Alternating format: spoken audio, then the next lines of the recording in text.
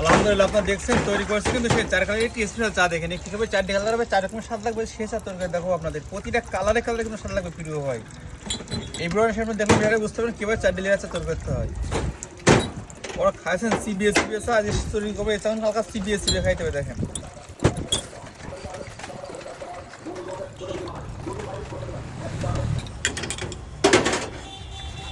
আজকে হচ্ছে এত জুত এত মজা এত টেস্ট লাগবে প্রিয় ভাই, না খেলে বুঝবেন আরেকবার স্পেশাল চা স্বাদ মান টেস্টটা কেমন দেখেন।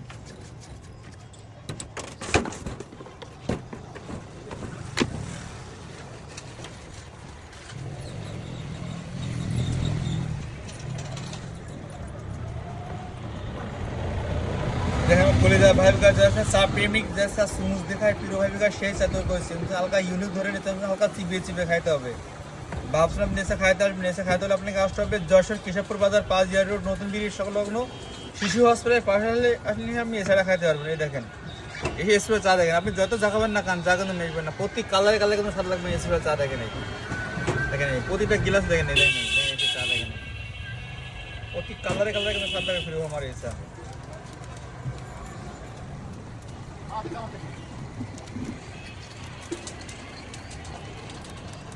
এই তো আলহামদুলিল্লাহ তৈরি হয়ে গেল আমার সেই স্পেশাল চার কালারের চা কিন্তু দেখেন নাই।